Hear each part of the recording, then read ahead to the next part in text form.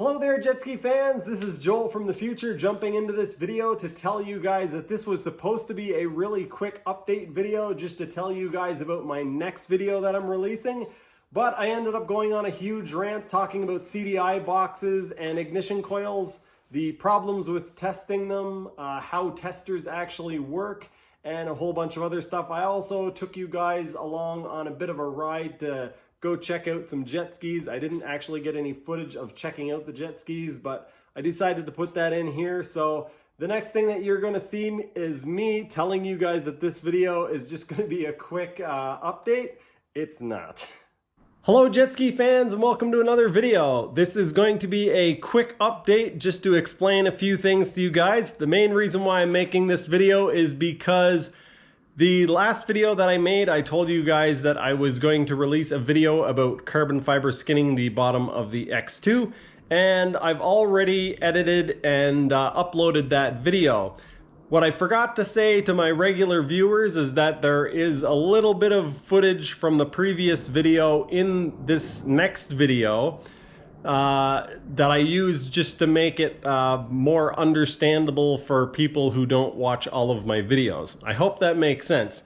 Anyway, while I have you guys here, I figured that I would do an unboxing, and this unboxing might actually allow me to fire up the 1100 engine. I might also tell you guys a little bit of a story about going to look at a few jet skis.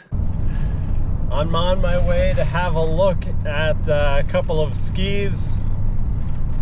Kind of nervous. I don't have a lot of money to spend or to spare, so these things kind of need to be money makers for me.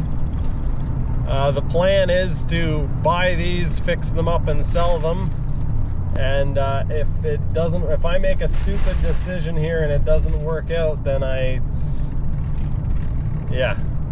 I'm going to be arriving at the person's house who owns the skis pretty soon, and I'm not going to be filming because, it's not really polite to film if you haven't asked ahead of time, and I didn't. So the 1100 has engine problems. The ad says that it needs a new engine, so I'm hoping that that just means it needs engine work. I'm also hoping that they haven't taken them apart. Turn left onto 70th Street Northwest. The 750, it says that it either needs carb work or electrical work, so it doesn't sound like they know a whole lot about stuff. So I'm hoping they haven't taken the stuff apart themselves, and I'm hoping that I'll be able to purchase them and get them sorted out. If the pumps have sucked up a bunch of rocks and the pumps are all destroyed on them, or if they're just horribly cosmetically flawed, then I might just say no, because I've got a lot of work to do and I'm not looking to get into any major projects. So anyway, I'm just about there, so I'm going to turn the camera off now, and hopefully the next thing you guys see is me excited that I just bought a couple of skis that are in pretty good condition. All right. So I ended up saying no. I didn't even lowball the guy and offer him less money. The 1100 was basically completely destroyed, the engine. It cut the crankcase in half. It broke a connecting rod, cut the crankcase in half, damaged the cylinder. Probably could have been used, but it did damage the cylinder. So yeah, what else was I gonna say? Both of them cosmetically are in quite poor condition. They've had a lot of little fiberglass incidents. So even if I had them working, I wouldn't fetch top dollar for them. The pumps seemed okay, but there's an unknown issue with the 750. If I had extra money kicking around, then I probably would have bought it just to keep the 750 engine, because they're fairly hard to get here. But yeah, turns out that they're pretty rough. Oh, and the trailer, the dust caps or dust seals on the axles had fallen off, and the bearings are complete, like the rollers are gone out of one of the wheel bearings.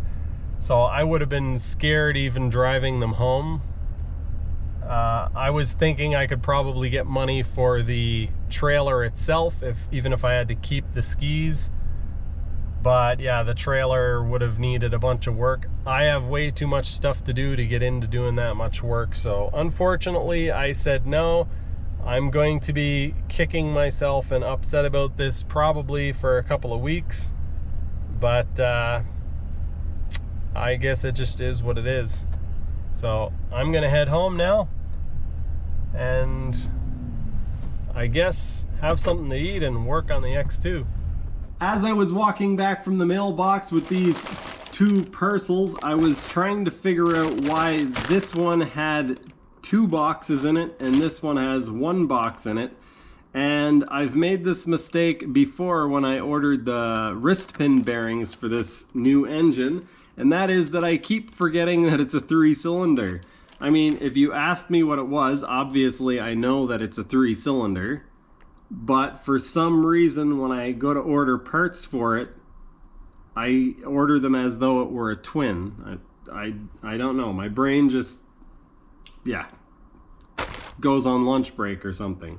So anyway, I'm going to open these up. I'm pretty sure I know what it is. And if it is what I think it is, then yeah, and it is. I might be able to fire up the 1100. I haven't talked about this a whole lot, but this is an ignition coil. And I've got 2 more in here, I assume, anyway. I've been having a little bit of trouble trying to figure out the ignition system on the 1100.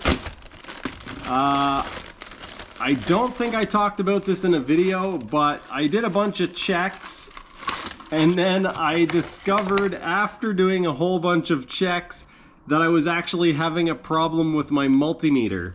I ended up checking the coils on camera, and then off camera I checked the CDI box, and the CDI box showed really bad.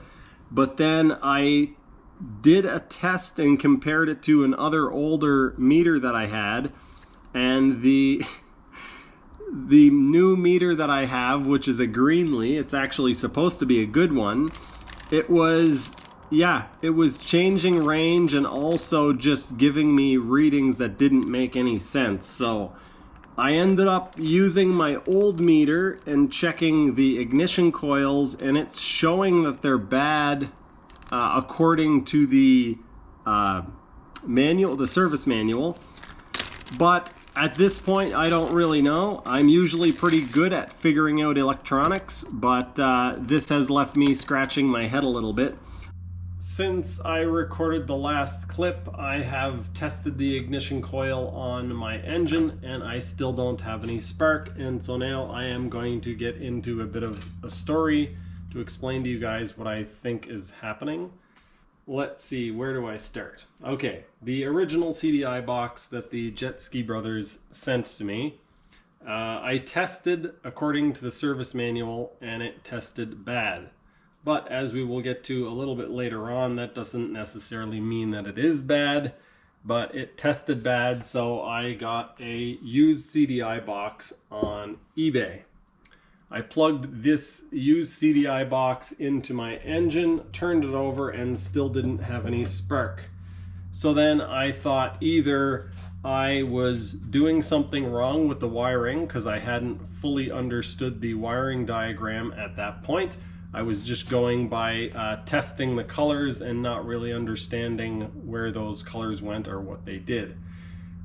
So I assumed that it was either something I was doing wrong or the ignition coils. The ignition coils looked pretty rough, but a lot of the time ignition coils are replaced unnecessarily because they aren't quite as simple as testing other components. Sometimes they show good and they're not, sometimes they show bad and they're not, and that has a lot to do with what they actually are and how multimeters work. Get into that a little bit later.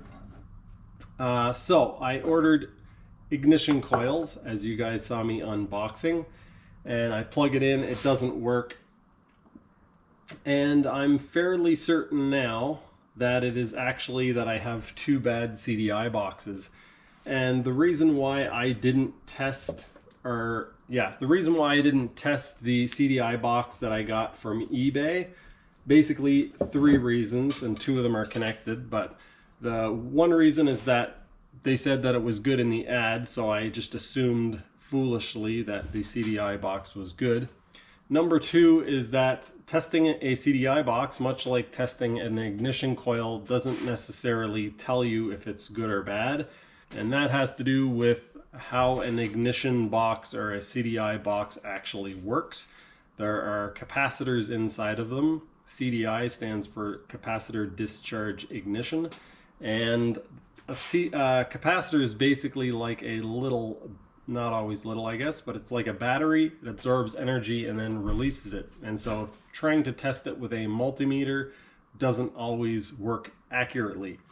So that's one reason why I didn't bother testing it. The other reason, testing a CDI box, if you do something wrong or if you use the wrong meter, can actually damage the CDI box. So you could have a perfectly good CDI box, and if you test it, you can actually damage it. And in most cases this won't happen, but I'll basically explain why that would happen, and that also explains part of why testing these coils doesn't always work. When you're testing the ohm reading on an object, on an item, the multimeter actually has to put current or put voltage in through something in order to test the ohms of that thing. And so if you have sensitive electronics and you put voltage in through somewhere where it's not really supposed to be, then you can actually damage the circuitry. You can damage the component by trying to test it. So you could take a perfectly good CDI box, try to test it, and ruin it. Now, that probably wouldn't happen with these CDI boxes, especially if you follow the test procedure in the manual, because it will tell you where to connect your leads to, and because the output of a standard multimeter isn't that high. So what they're basically warning against in the manual is to not use a megger or a meter that is used to test these coils. And the reason why you need a different meter to test these coils is because what generally happens with these coils when they go bad is the insulation, there's very thin insulation on the coils of wire inside of here. But we can look at the wire. Actually, you can see on stator coil, you can see a very thin coating over the wire. You can actually see through it and see the copper underneath. And that is what is inside of here. So testing these is kind of like testing these. It won't necessarily always tell you if it's bad. And the reason for that, I should back up a little bit and say that testing these is more reliable than testing these, and I'll explain why that is. So when you're testing a coil like this, you're putting like 0.3 to 0.5 volts through it with your ohm meter and very low current. And so if there is a crack in the insulation, if I took a knife right now and I cut through this insulation on both of these wires and placed them beside each other, so the copper wasn't touching but the insulation was touching, and I tested this coil, it would test perfectly fine. I'm talking as though these wires are actually internal wires, but I'm using it on the outside to explain it to you guys. So now if I take this same coil with the broken insulation and I try to pass the amount of current and voltage through it that passes through it under normal operation, it's not going to be the 0.3 to 0.5 volts that you get from a multimeter. It's going to be very, very, very high voltage. And so the voltage can actually jump the gap in between where the insulation is broken. So if that happens, your spark doesn't come out of the spark plug boot or this on the spark plug. The spark actually happens inside of the coil. You get a short just by the insulation being broken, and the spark can jump the gap in between the wires inside of the coil. So you need a special meter for testing coils like this. You have to be able to put a lot of voltage through them to actually test them. So all of that to say that even though these are not reliable to test, I did decide to test the new one that I got after testing the other one and kind of rechecking which I couldn't remember exactly why I thought that this was bad, or that I was so certain that this one was bad. And it is because it actually doesn't give any reading or no continuity between the purple and the red. So I'll grab my multimeter and I will show you guys. So if I test these CDI boxes in the kilo ohm range, which is where they're supposed to be tested, there is absolutely no continuity, no connection showing up on them. So you can see it says open line. I believe that's what OL is. So that's on the one that I ordered, and this is on the original one. You can see OL, and if I switch the range to mega ohms, it's 20.4 mega ohms on both of these. I'm going to try to explain to you guys very basically now how a CDI box works. I'm not going to go into great detail, partly because I don't want to confuse myself, but also because I want to try to keep this a little bit brief. So the way the CDI box works is that it gets power from the stator. So this wire comes from the stator inside of the engine. The flywheel rotates around the stator coil and produces a voltage, AC voltage in this case, and it charges the CDI box in this case through 3 wires. The purple, red, and yellow charge up the CDI box, and then the CDI box receives a signal from the pulse coil or the trigger coil, also inside of the stator. You can see this is the pulse coil here, and there are little knobs on the flywheel that pass by the trigger coil to tell the CDI box the position of the engine. Joel here from the future, and I thought I would share a little bit of information about the flywheel just to try to avoid any confusion. That is, if anybody actually watches this far into this video and cares about this. But if you look on the flywheel, you will see these little metal things that are attached to it. There's one here, and one here. And they pass by the trigger coil, also known as the pickup coil. They tell the CDI when to spark. But the CDI also needs to know which cylinder to fire. Some engines actually do use a wasted spark, so they will fire on all cylinders, but that's typically on a twin. So a lot of twins will just fire on both cylinders. One piston will be at the bottom, so it doesn't matter. But on these, they actually fire one cylinder at a time. And so in order to know which cylinder it needs to fire, they actually put on this little 4th lug here. So this is for the mag side. This little piece passes by the trigger coil, and that says, hey, I am the mag cylinder, and then this one says fire. And then it knows, because of the rotation of the engine, that the next one it needs to fire is the center cylinder. So it goes fire, and then it knows, because of the rotation of the engine, the next one it needs to fire is the PTO side. So yeah, then we come back, it says, hey, I'm the mag side again, fire, so on and so forth. When those little things pass by the trigger coil, they send a signal to the CDI box through the blue and green wire and tell it to fire. When they tell it to fire, it, depending on which cylinder it tells it to fire to, it sends power to the ignition coil through one of these three ignition coil connectors.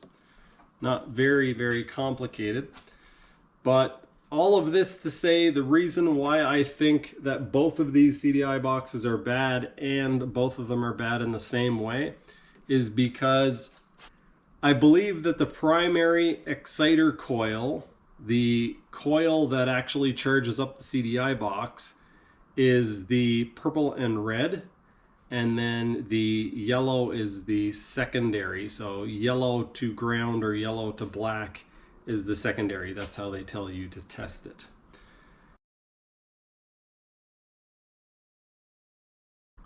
The result that I'm getting when I'm testing between the purple and red into both of these CDI boxes is basically an open line or open circuit.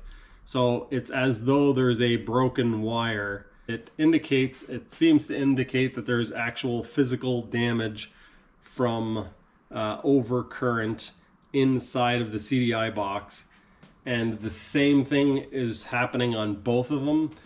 And it may be a result of getting damaged from a bad stator, or it could be just something that happens inside of them. They could just have a weak point that happens to burn out.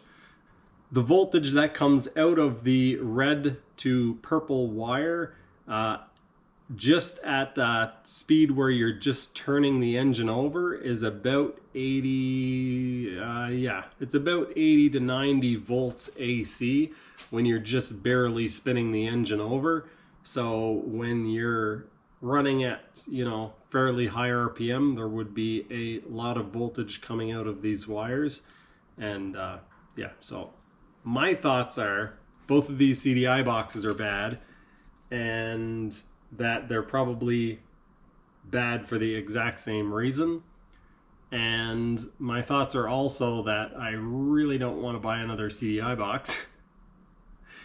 I spent a whole lot of time looking through the wiring diagram and the service manual, and I eliminated a whole bunch of wires that basically have nothing to do with the ignition system, and traced everything through. I thought that maybe there was a wire that needed to be connected that I was overlooking or something, but I'm fairly certain that I actually understand the way the electronics work on this, the way the CDI box works on this now. It is currently 16 minutes after midnight, and guess what I'm doing?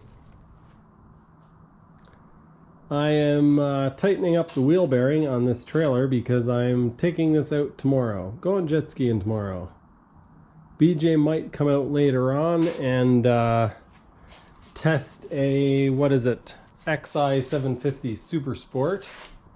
But BJ actually sold a couple of his skis. He sold the 750, the SXI? SXI 750, the stand-up 750 thing. He sold that, and he also sold the SXR. The SXR was only in, I think, one video. I drove it earlier this year. And he ended up selling that.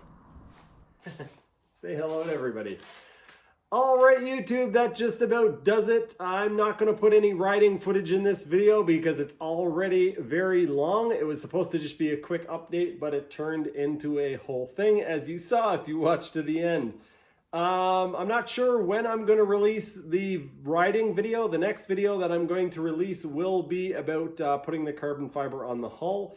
And so I did end up having a bit of an issue while I was out riding on BJ's jet ski. Megan and I were out on his XP, and there was a bit of an issue. Not sure how much of it I actually got filmed, but yeah, I still have to go through the footage. But that video will probably be coming out midweek or maybe Thursday. So that's going to do it for this one. Thanks for watching, and I'll see you next time.